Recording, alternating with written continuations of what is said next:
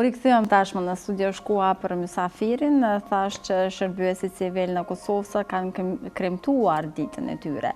Por edhe tek ne, edhe në shumë vendet tjera të botës, nuk është gjendja e tyre në të njëjtin nivel. Gjithsesi ka përparësi edhe tek ne nga viti në vit. Ka reforma e të tjera, por për të gjitha këto detaje, ne kemi zotëri Tefik Mahmuti që do të diskutojmë më shumë dhe do të na tregoj detaje të tjera. Është drejtori i Departamentit të Shërbyesve Civil. Përshëndetje, zot Mahmuti, mirë se ardhët. Përshëndetje, mirë se u gjej. Urime dita juaj, me siguri edhe keni festuar një kohësisht gjatë ditës së sotme. Faleminderit. Andaj ju më urut mua, unë përshfrytëzoj rastin që të uroj gjithë në punësit civil, të uroj ditën e tyre 23 qershorin, ditën ndërkombëtare të shërbimit civil. Po, faleminderit shumë. Do të nisja ndoshta si është gjendja e shërbyesve civil në Kosovë, pa u ndalur në atë se si ka mbetur, se me siguri përmes një konvente ndërkombëtare dhe mbesin këto ditë të shënohen. Po tani ne në vendin tonë kemi bërë një praktik, pothuajse nga viti 2010 që të shënojmë këtë ditë për në punësit civil. Nuk datën edhe si kohë e gjatë në vende tjera që kremtohet këtë ditë, figuron ashtu nga viti 2003, që në bazë të konventës së Asamblesë Kombëve të Bashkuara në vitin 2002, është vendosur të mahet kjo ditë për shërbimin civil, dhe nga atëherë bëhet kjo ditë nivele ndryshme, ashtu si quajmë ndoshta edhe nivel ndërkombëtar, ndërsa prej neve ka filluar tona nga viti 2010 që ne e mbajmë këtë ditë për në punësit civil, ju shpërndan mirënjohje punëtorëve më të mirë të vitit para prak. Andaj, kjo është vetëm një simbolik që ne e bojmë për në punësit civil, sigurisht se të merituam janë edhe më shumë se ky numër që ndahet tani këto mirënjohje. Ne i ndajmë nga një mirënjohje vetëm për një nga zyrtarët e institucionit. Do të thotë që edhe në nivelin lokal, në nivelin qendror ne i ndajmë këto mirënjohje çdo vit. Andaj, kjo është një praktike mirë të na tani që është instaluar në vendin tonë, edhe sigurisht që kjo shërben edhe për vetë në punësin civil është një motivim shtesë për atë që në të ardhmen tjetë ma i përgjithshëm në kryerjen e detyrave shtetërore, po sigurisht është edhe një konkurrencë e zyrtarëve të tjerë se ata në të ardhmen do të jenë pjesë e një mirënjohje të tillë. Do të ndalim sa është niveli i zbatueshmërisë e ligjit kur jemi tek shërbyesi civil. Tani ne me legislacionin e ri për shërbimin civil nga viti 2010, edhe pse nuk është një kohë shumë e gjatë e zbatimit të ligji, ky ligj tani ka ndryshuar filozofinë në administratën publike, kanë bërë kategorizimin në punësve në administratën publike, edhe në këtë kuadër trupa e shërbimit civil, një trup që konsiderohet rreth 17.500 në punës civil, ka kriju kushte në aspektin e rregullimit ligjor që tjetë konkurues me vendet e tjera, i parashet gjitha parametrat edhe në aspektin e përgjithësisë në punësve civil, po dhe drejtat e tyre që i kanë në raport me institucionin. Andaj mendojmë që kjo fushë është mbuluar me mirë, po sigurisht që gjatë kësaj kohë ne kemi pa që në zbatueshmëritë ligjit janë disa gjëra që ne më të ndryshojmë dhe të bëjmë më të përshtatshme në rrethonat e kohës. Andaj ne jemi edhe në këtë proces të shohemi që të kemi modifikim të ri të ligjit për shërbimin civil, mbi bazën atyre që i kemi gjetur deri më tani gjatë zbatimit praktik. Andaj në aspektin e përgjithshëm edhe gjendja e shërbimit civil çdo ditë është duke ndryshuar sa i përket përgatitjeve të tyre profesionale.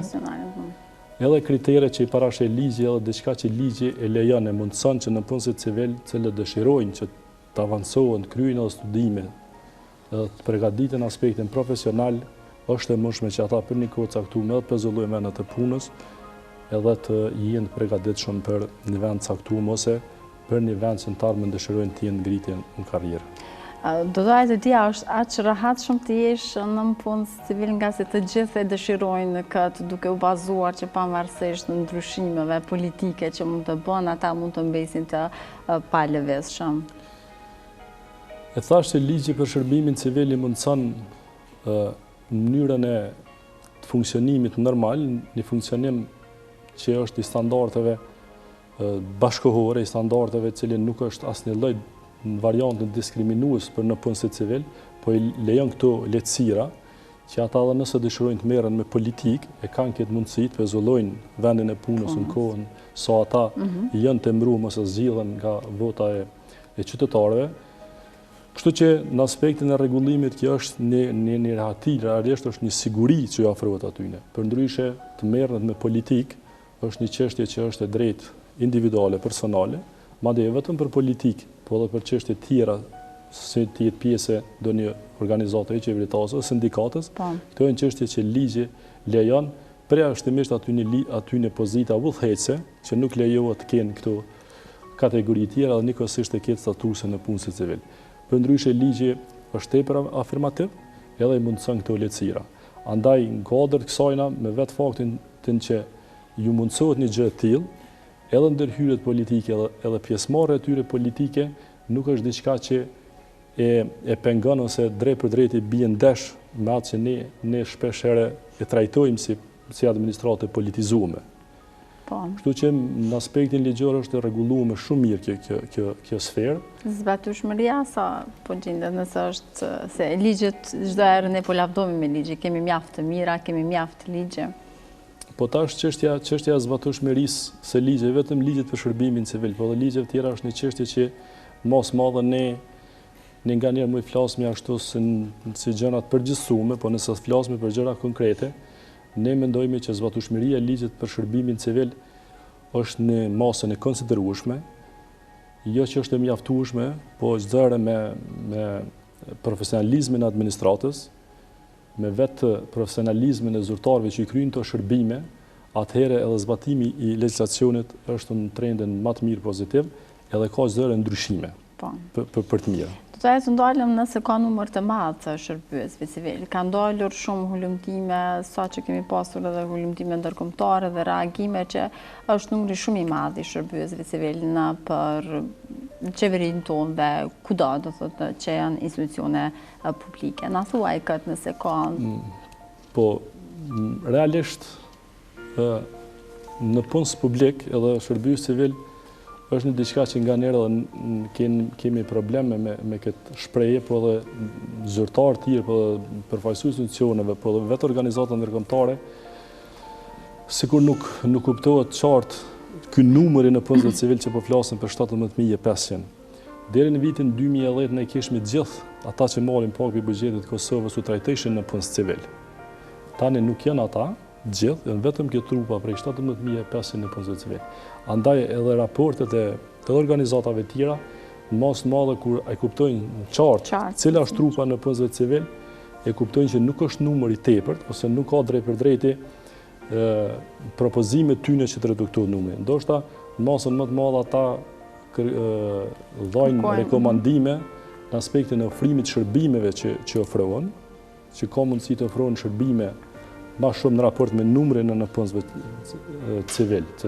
Përndryshe, në aspektin e përgjithshëm funksionimit të administratës, edhe në bazë statistikave, raporteve që ne nxjerrim nuk del që ka në punës ma shumë, se sa që janë nevojat e funksionimit të administratës, si nivelin qendror që ma shumë është punë administrative, po dhe nivelin lokal që në punësit civil janë drejt për drejti me ofrimin e shërbimit të qytetarëve. Po, do të të di për kodin e sjelljes, a ka kod të sjelljes, nga se shumicën e rasteve kemi ankesa për sjelljet e tyre jo të mira ndaj klientëve të tyre? Ne në vitin e kaluar kemi është nxjerr kodi i etikës për në punësit civil. Edhe në kuadër këtij kodi janë të përcaktuar mënyrat e sjelljes në punësve civil.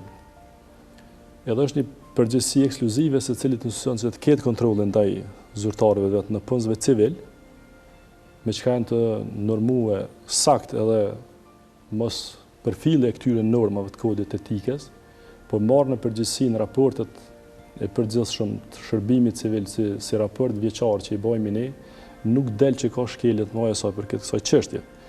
Tash folmi konkretisht për raste, është diçka që është thashtë dhe ma herët bje drejt për drejtin në vetë menaxhmentin e mund të secilit kene institucion. dhe mos lajmëruar ndonjëherë dhe kështu që kanë mbetur edhe të pas zgjidhura ato.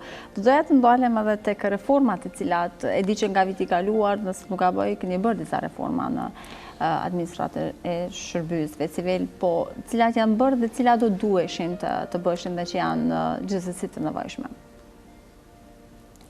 Ne, ashtu si që përmene edhe të, do shta kemi vitin më të mirë, vitin e kaluam që kemi bërë disa procese ma përpara zbatimit plot reformës së administratës publike, se procesi i reformës është një proces që s'do ndalë me vetëm me një proces, po ne mujtë themi kështu që kemi bërë dy procese shumë të mira që ndikojnë drejt për drejt në reformimin e administratës publike. Ajo është standardizimi i pozitave, katalogu i vendeve të punës në shërbimin civil që deri me tani nuk e kemi pas një numër tepër të madh të pozitave në raport me numrin e punësve civil. Tash e kemi numrin e saktë të pozitave në punësve civil, edhe mbi bazën e këtij numrit pozitave jemi duke bërë edhe standardizimin e përshkrimeve të vendeve punës për ata tituj punës. Gjithashtu në vitin e kaluar ne kemi filluar të përdorim sistemin informata menaxhimit burime njerëzore, cili nuk ka ekzistuar deri me tani. Edhe është një sistem i cili në rand parë është në funksion të 3 palëve kryesore, në këtë rast vetë në punësve civil, cilët mujt të shohin marrin shërbimet e tyre përmes këtij sistemit, që është një diçka shumë e rëndësishme që ata do të informohen me kohë me zhvillimet që ndodhin në administratën publike, qoftë për konkurse, qoftë për marrje të pushimeve, qoftë për verifikim dosjeve tyne. Të ardhmen ky sistem do të lidhet edhe me sistemin e pagave, do të kenë mundësi të shohin edhe pagat, edhe orë shtesëllat i kanë. Edhe pjesa tjetër e këtij sistemi që është shumë e rëndësishme, që ky është i qasshëm për gjithë institucionet, është i shtrirë gjitha institucionet, edhe ne si Ministri Përgjithëse për Administratë Publike, ne punojmë, jemi hartuar styne politike, dhe gjitha institucionet do të kalojnë përmes neve, sidomos me marrjen e autorizimeve për shpalljen e konkurseve në punësve civil, andaj ka shkurtuar rrugën e komunikimit, e ka zvogëluar kohën e marrjes një përgjigje, po edhe vetë arrjes së kërkesës nga institucionet. Edhe treta që shumë është më rëndësi është se ky sistem menaxhohet nga Departamenti i Administrimit i Shërbimit Civil, edhe përmes këtij sistemi departamenti ka mundësi të shohë më të saktë gjendjen në shërbimin civil, të shohë gjendjen në secilin institucion, zhvillimin e punëve si bën, si kryen këto procese të punës që thamë edhe më herët, duke përfshirë këtë rast, po edhe pjesë të kodit etikës edhe vërejtjet që mund të marrin për në punësit civil. Andaj është një diçka që shumë është i mirë, ka treguar rezultate tash shumë pozitive deri në këtë kohën e aplikimit. Jemi në fund bisedës. Çfarë do të mbetet sfidë për juve me që konsiderohet si sektori shumë i rëndësishëm si nivel qendror dhe atë komunal? Ne si sfidë kryesore prej vitit 2010 kemi pas zbatimin e sistemit të ri të paga për në punësit civil, i cili aktualisht nuk e duke zbatuar. Por ja që tash jemi mas mirë sa për këtij procesi. Ne muajin e kaluar kemi vendimin nga qeveria cili e ka krye procesin ka vendosur për klasifikimin e vendeve punës që ka shkuar si propozim i Ministrisë së Administratës Publike si një grup me Ministrinë e Financave, edhe tash jemi në fazën ku atë proces që ka vendosur qeveria të bëjmë të implementueshëm nga 1 shtatori i këtij vitit. Edhe këtë ky proces i punës do të vendoset për këta në punës civil, që janë klasifikuar, që nuk janë klasifikuar gjithë, po janë klasifikuar dikon për rreth 80% në punësve civil, për shkak se kemi një numër të disa institucioneve të cilat nuk kanë bashkëpunuar me Ministrinë e Administratës Publike, por në këtë proces do fillojmë të zbatojmë prej 1 shtatori, të paktën procesin e standardizimit që kemi bërë me titujt punës, me përshkrim detyrat punës dhe vendosjen sistem, do bëhet edhe procesi i klasifikimit që mendoj që është diçka më arritur, më e madhe se mund të konsiderojmë jo vetëm këtë vit, po ndoshta edhe prej funksionimit të administratës prej kohës kur është instaluar dhe administrata e përkohshme. Po. Unë të falenderoj shumë për ardhmën tënde. Do të vazhdojmë bashkëpunimin, do kemi edhe shumë tema të tjera të rëndësishme kur jemi tek nënpunësit civil. Do takojmë hera të tjera dhe të uroj një ditë të mirë dhe gjithsesi punë të mbar. Faleminderit shumë për mundësinë që më dha që të jem këtu në zyre në ambientet e juja dhe të përshëndes. Të falenderoj punën në punësve civile, të uroj 23 qershorin ditën ndërkombëtare shërbimit civil. Faleminderit shumë, do të jeni çdo herë mirë se ardhur. Do të vazhdojmë tutje të nderuar shikues me një material tjetër që ka të bëjë nëse ne komentojmë me peshën e fëmijëve tanë, si do të ndikojë ajo, andaj thuhet që nuk duhet komentuar dhe pse nuk duhet do ta kuptoni në vazhdim.